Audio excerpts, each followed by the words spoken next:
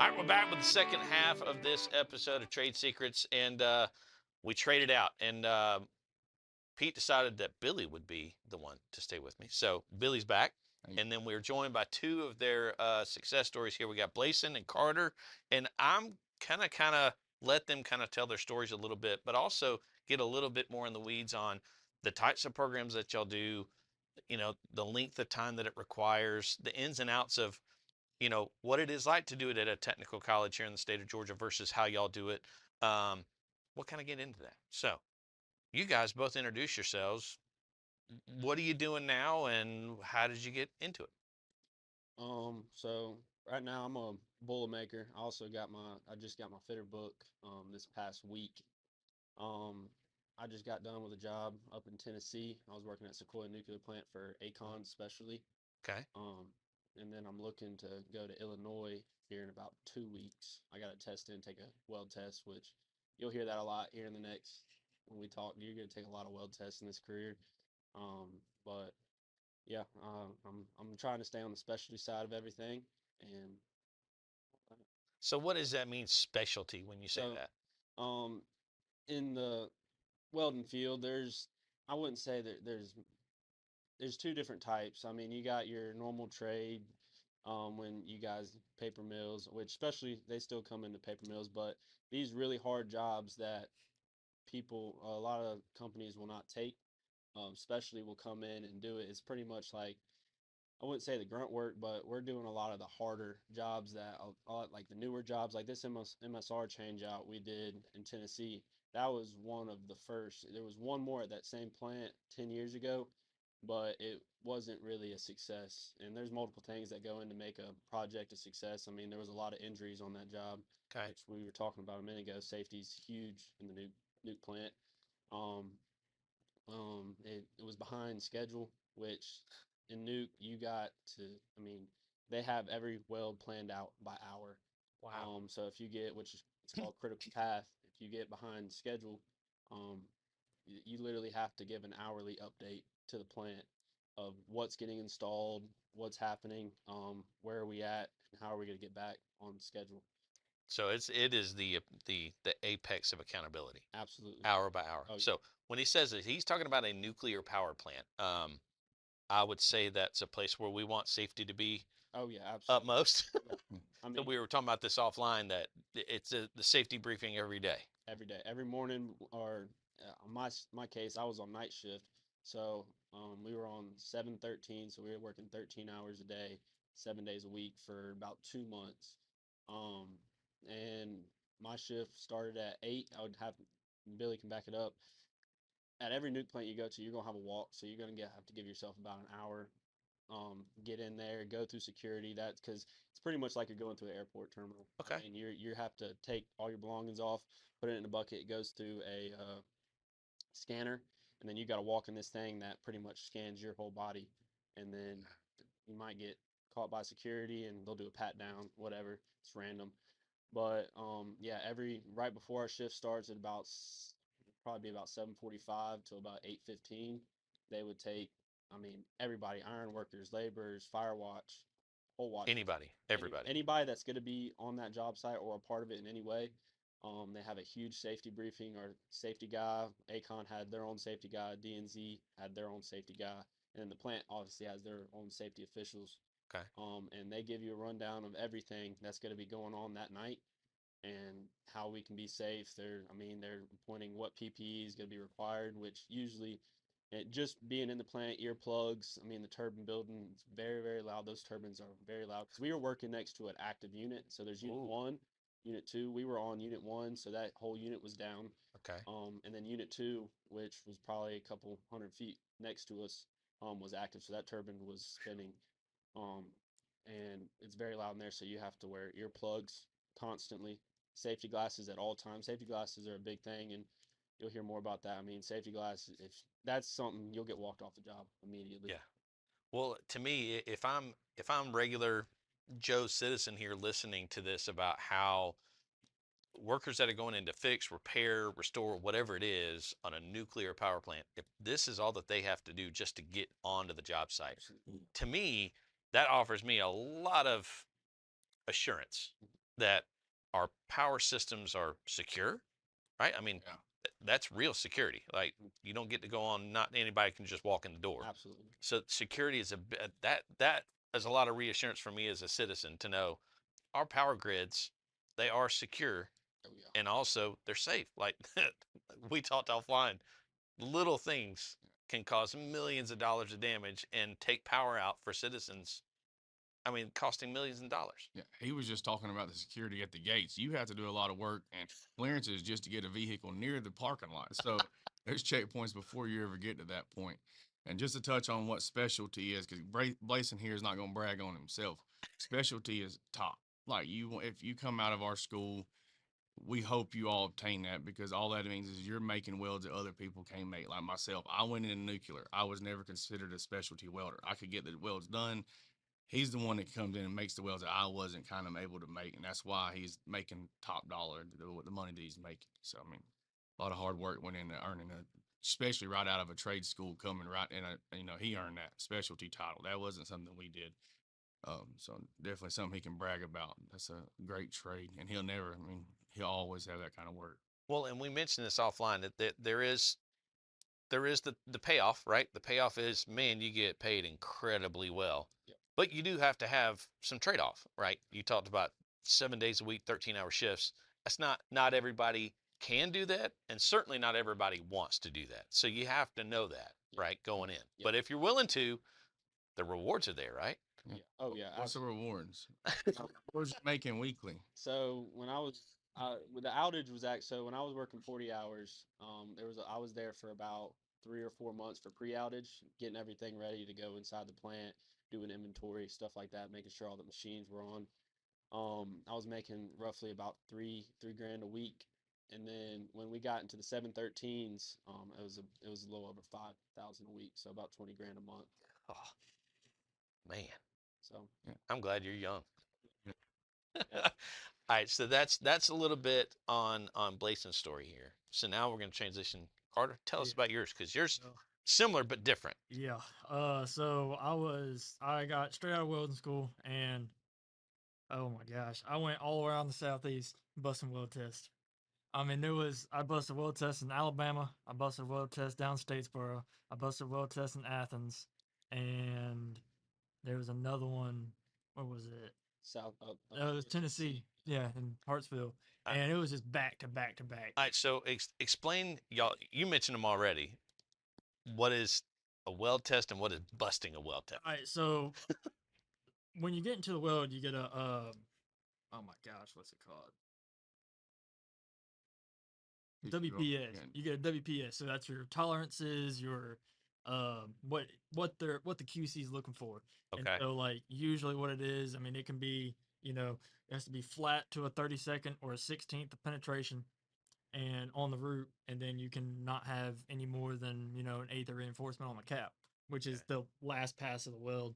And So in other words, this is they're giving you the tolerance of how good a weld that has to be yeah, based yeah, on the metal that you're attaching and the actual what you're adding yeah, to it, right? yeah. Am I getting that right? Yeah. That's it. And Try not to sound too dumb. it can be different. I mean, depending on if you're going to take a plate test, a tube test, or a pipe test. I mean, everything's a little bit different. I mean, Okay. there's a lot of different criteria to go involved in that. But I mean, yeah, I put a bunch of work in over at Athens Tech, and I right out of welding school started doing that, and then it was just like I kept just trying and trying and trying and trying, and then I finally passed my weld test. It was I mean, my tube shot clean, which was the test that I had to do.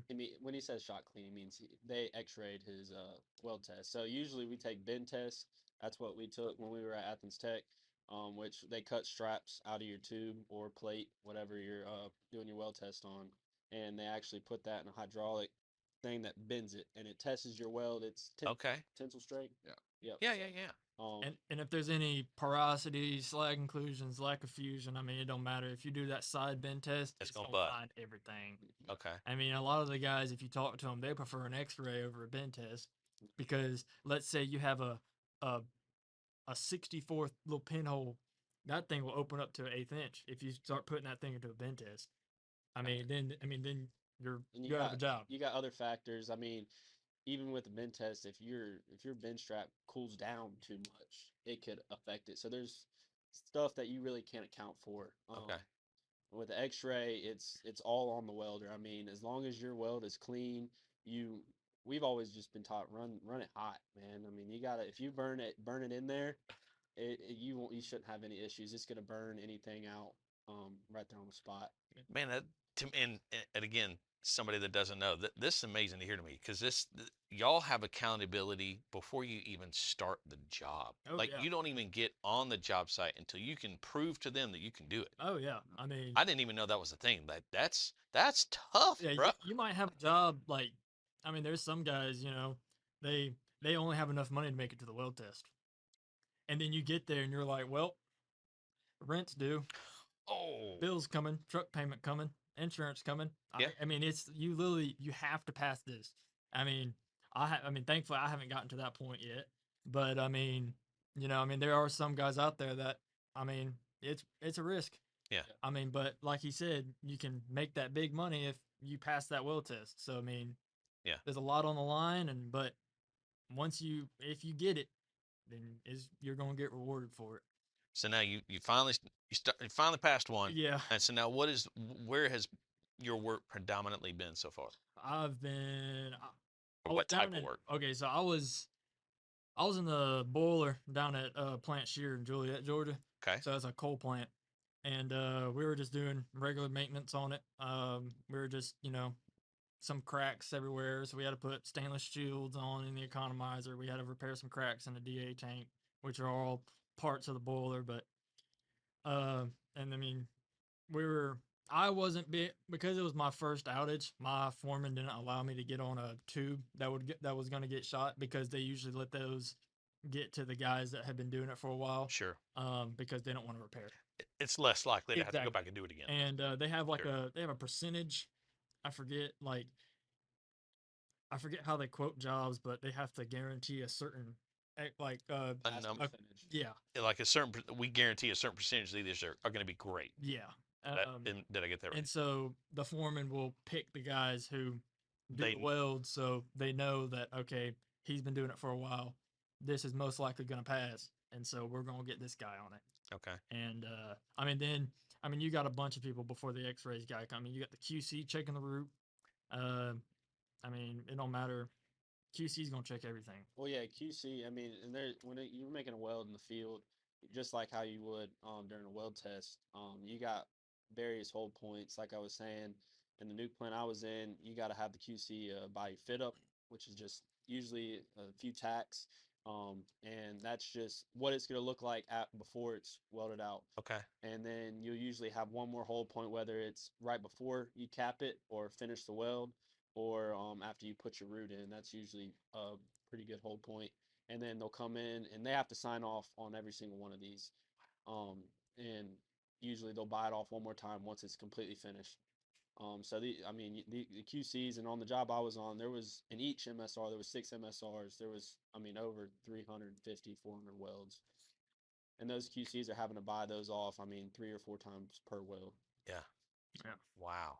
And you get, I mean, then the QC, and then they'll come in with the X-ray tech, and then I mean, some welds, not all welds are having to be X-rayed, but I mean, some of the welds that are pressure, then Yeah. they'll have to Okay. shoot it with a X-ray and then make sure there's nothing wrong with it. So You under pressure, you definitely want that to not have an issue. Oh, Yeah. absolutely not. It can Yeah. be catastrophic for sure. oh yeah, Yeah. something can blow up. Yeah. I mean, that's Because they're trying to confine that pressure, and if that pressure were to get out, it's not going to just tear up what's containing the pressure, but it's also going to tear up anything around it. The pressure in these plants, coal burners, nuke plants, paper mills, anything that is creating any type of power is going to have some type of pressure to it. Sure. To spin, the turbine we were next to, it's about as long as a football field. They're huge, and they're spinning at about, I think the average turbine spins at about 10,000 RPMs. Good. yeah. So the amount of pressure it takes to spin something that big and that heavy, it's huge. We had in the coal plant because it's a little bit different nuclear plant, but in the coal plant it was on the third floor, and you could walk in. It was the turbine room, and this thing is probably every bit of. I mean, it's probably a quarter mile long, and you can just look at both of them. It's 4 turbines. I mean, you can look down the whole thing, and God. it's all just there. And but yeah, it's different.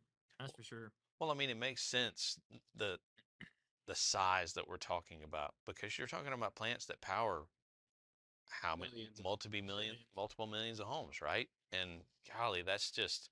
I mean, we were talking about it offline, but I mean, yes, there are a lot of risks and there are a lot of things that can go wrong. But man, when everything goes right, you can walk off that job site proud that you're helping provide power for millions of people. That's pretty. Yeah. That's pretty dang. very rewarding.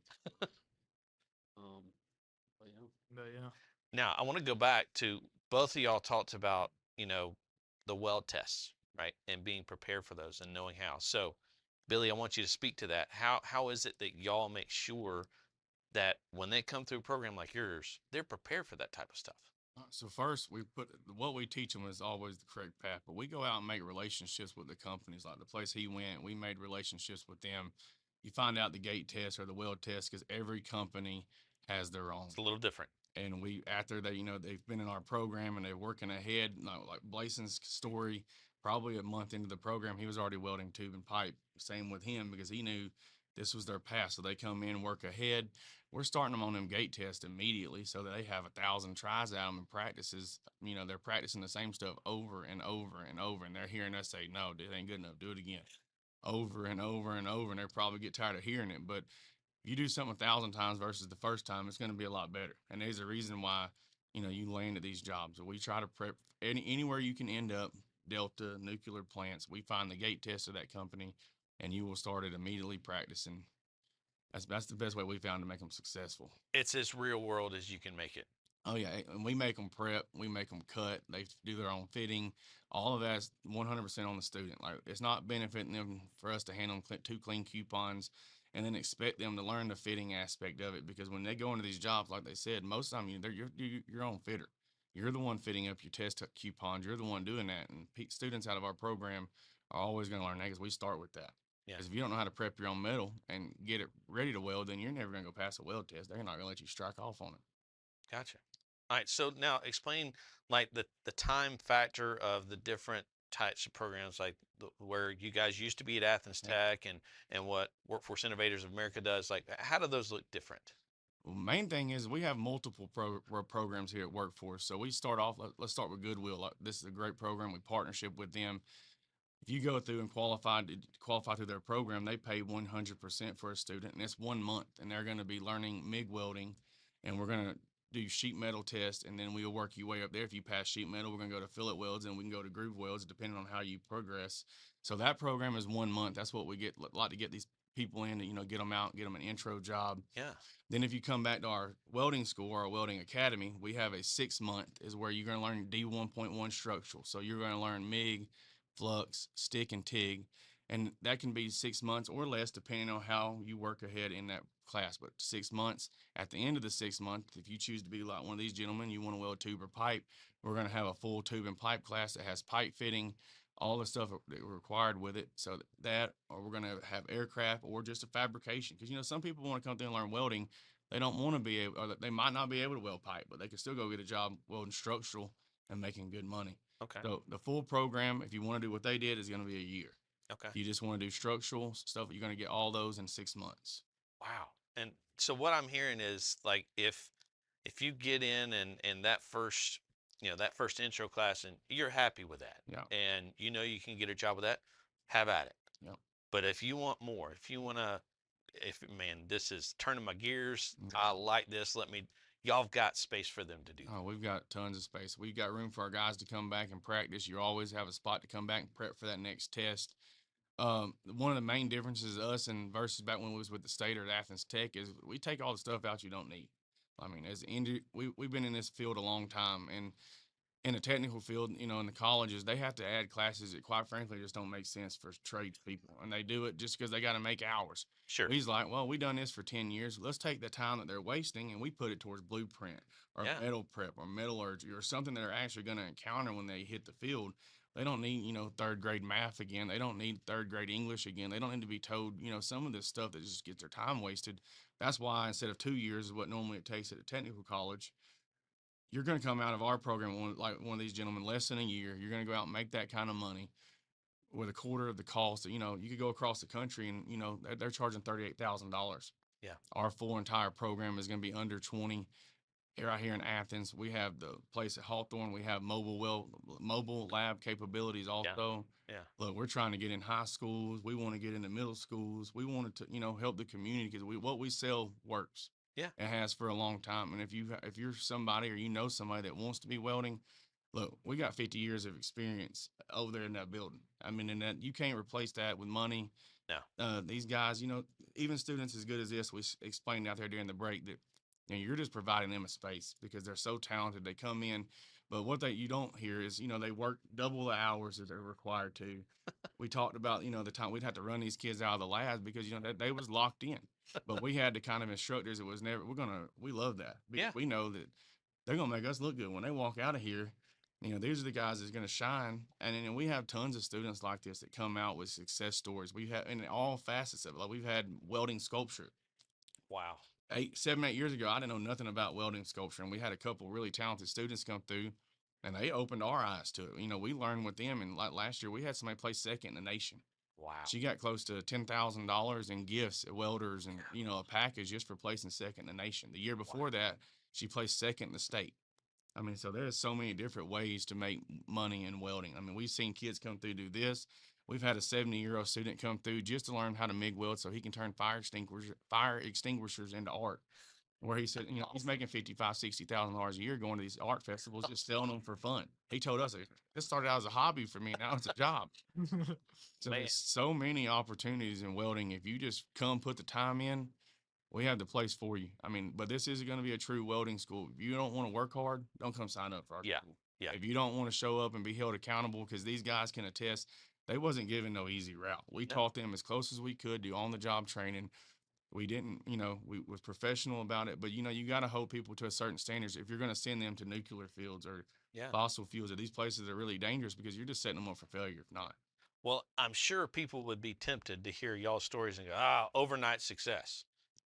No. This was what, 8 months of nonstop 16-hour days. I was going to say Like- that the hours that y'all have talked about that's a ton of, because again, putting the time in, getting that repetition and the Matters. right repetition, Oh, right? yeah. not just repetition for repetition's sake, but Prove it right every repetition. time. You have to analyze every single one. And I mean, if you're in there, I mean, I think we were both doing about 6 tubes a day. And that, just so what y'all are saying, 6 tubes a day, that's 3 hours each tube. So they're putting in a lot of time. And we don't just push the welding aspect of it. Every time they brought one to us, and you don't ask me what a weld looks like because you're going to be a professional. You should know what that weld looks like as good as me because you're about to go have to explain this to a QC that's been doing it for 25 years. He ain't going to appreciate, well, my welding instructor would say this. He wants you to be like, look, this is what I did wrong. This is what I did right. So we start weld one. We're going to not beat you up, but we're going to give you the facts. Like we want you to make it right. And if you hear right off the right, oh, this is perfect. I mean, even like Blayson, for example, everything comes so natural to him. Like we had to create barriers because it was like, this kid's not normal. Now Bumper was like me. He chose the hard work side of it. And he was there at 6 o'clock every morning, had to be run out every night. And, everybody in our lab would attest to the hours that Bumper put in here. I mean, he put in a ton of hours, but he still got to the same place. Yeah. Blayson had an easier path because, look, he was naturally more gifted at welding. And, look, we don't sugarcoat it. It just happened. He's naturally better than me, and I've done it for a long time, made a lot of money at it. I was man enough to admit it. And then Bumper proved that if you come in and you don't worry about how good Blayson is, that your path is your path, and you put your hood down and you're doing the same stuff, then you're going to get there. I mean, we were down at Statesboro last week, and I mean, that's where our hall's at. And so we were both each other. I mean, we'd be our own QC first, and then we'd go get them, and then we'd look for something because maybe another set of eyes might find something you can't. Sure. And then, He's probably got some of because he's looked at I would say Bump probably has the best eyes that I've met. I mean, he can spot something that I wouldn't think. I mean, it's crazy, but And back, I mean, you got to be your own QC. I mean, if you're in that test booth, that QC's coming in there to pass you or bust you. So if he comes in there, he's not going to walk in that booth and be like, "Hey, I would touch up on this." He's gonna be like, "All right, no, wrap it up, grab your stuff." Yeah. Right. I mean, there's two people who can snatch your job real quick in a plant, and it's QC, safety, or if you're nuclear, it's security. Security. You don't want to mess with them security. It's those three. I mean, Yeah. that's Yeah. really any plant, honestly. You mess with Yeah. security, you're gone. Yeah, that's true.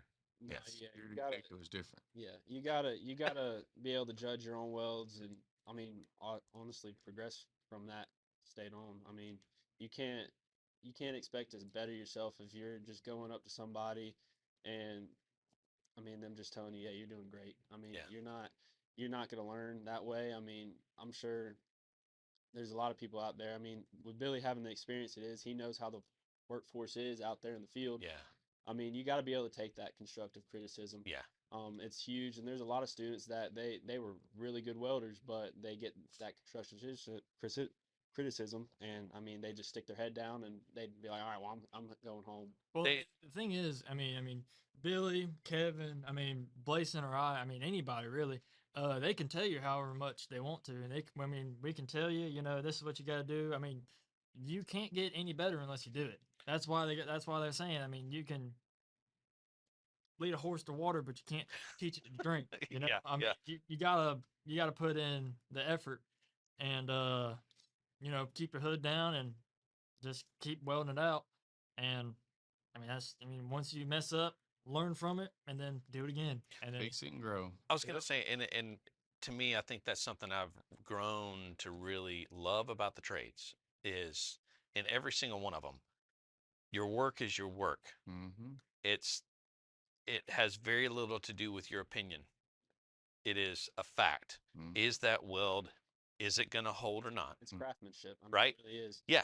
And so what you talked about with people getting upset or butt hurt, whatever you want to call it, right? You can't be, you're a professional, right? And so this is professional work. We're looking at my work, not me as a person. We're looking at my work, and I need to be able to take that. And that's something again, I'm not surprised that y'all talk about that because we do the same thing here. Yeah. Like preparing guys to be out in the field to be able to handle that. Like this is your profession. This is your job. If they don't tell you something's wrong, that can have catastrophic effects on other people. oh yeah. So, I mean, you drop an earplug in a boiler tube, Oh yeah. it can wreak havoc. wow. It's bad. Just a little tiny styrofoam or whatever made of, like Yeah. a little earplug, and it can. And QC doesn't matter. They don't care about your feelings at that point. No. You can be in there for 20 years. And you drop something down. You blacklist. Yeah. Yeah. Another site. No. Yeah. United States. Yeah. Period. So, Oh, Kevin, we come up with a program. I guess it was a couple years back, kind of when they started for the accountability system through our school, and it was: do you show up on time? That you're getting graded on this. Do you just show up and are you on your phone, or are you actually in that booth welding? So we do like mandatory projects. So we know in 6 hours you should be realistically able to do this. okay. So we grade you on that. You bring each one to us where we teach you how to fix it and how to move on past it and better for the next one. And progress points. Yep. You're graded on every minute. If we walk through the lab and you're on your phone, first of all, in our lab, you're not going to be allowed to have a phone. But, if you're just wasting time, we grade you on that, because if it says in our criteria that you need 140 hours to be proficient, it's 140 hours of welding, Work. not on your phone, not in the bathrooms, not hanging out, not making friends. Look, we want people motivated in welding. We want the students to be able to come through with these kind of stories where, for a lifetime, they're never going to have to worry about money. Yep. I mean, and make really good money, life-changing money. Yeah, you're working some crazy hours because 713s is a lot, but bringing home $5,000 a week is something you can do while you're young. Yeah. Put that money up, and then when you get to my age, Kevin's age, you can play golf. What's You different? can, Or go teach. yeah, go teach. Like, I mean, yeah, like I was working 713s, but also I got done with that, and I've been able to take the past 2 months off. I've been able to go duck hunting, spend time with my family, hang out with friends. I mean, that's what's different about Oh this yeah. career. I mean, yeah, like you're gonna work a lot. You'll probably work about to make a good living. I mean, over in the six digits, you'll work probably 9 to 7 months out of the year, but those other months you get to spend time with your family. You can, for me, I like to duck hunt, so Yeah. I'm able to take a lot of guys. They'll take deer season off, duck hunting season. They'll Yeah. take the summers off to be home with their kids. Yeah. while they're not in school. I take winter so I can go snowboard. There you go. So, I mean, that's the thing. Like when I was off in December, I mean, I could go snowboard. And Your profession allows you the freedom to do your passions. exactly. But now you're a professional and you're being paid like a professional, so you can work hard for 3 months, take 2 months off. So yeah, you're working 713s, you know, in some cases 612s. But like you said, I'm the same way. When I was in nuclear, I took deer season off because I was going to hunt the whole month of November. That was just me. And I mean, usually, like, when did you get hired onto that Sequoia job? I started June 16th. So usually outage season is like August to November and like into January, mid-February to like early May. Fall and spring. Yeah, it's Okay, yeah, usually okay. have fall and spring outages because that's, I mean, Because I mean, during winter and summer, people are running their ACs at max, and then they're Yeah. out of their With that money. So those in between times. So that's usually when they want plants. I mean, full power. Yeah. Spring and fall is when they're selling the lease, so they want you to work on it while it's down. So you're not. Okay. It's about $1 million a day they lose when them plants are down. They say I a think lot. at Sequoia on the unit we were working on, it was about 1.3 million a day that they were losing. Wow. That unit being down. Wow. Yeah. So they're happy to pay Oh, Oh, yeah. to get it back up. Yeah. That's awesome. Well, I can't tell you how much I appreciate y'all coming in and taking the time, your time off, to come talk to us. Thank you for having us. Yeah, and I'm really super excited about the continued growth y'all are having, the impact y'all are having. Super to have y'all. And thanks again. It's been another great episode. At least I think it's maybe our best one. But Trade Secrets here at Trades Education Center. I'm Keith. That's Blayson. That's Carter. And that's Billy. And they are Workforce Innovators of America. And these guys are professionals. And I'm so glad to know them.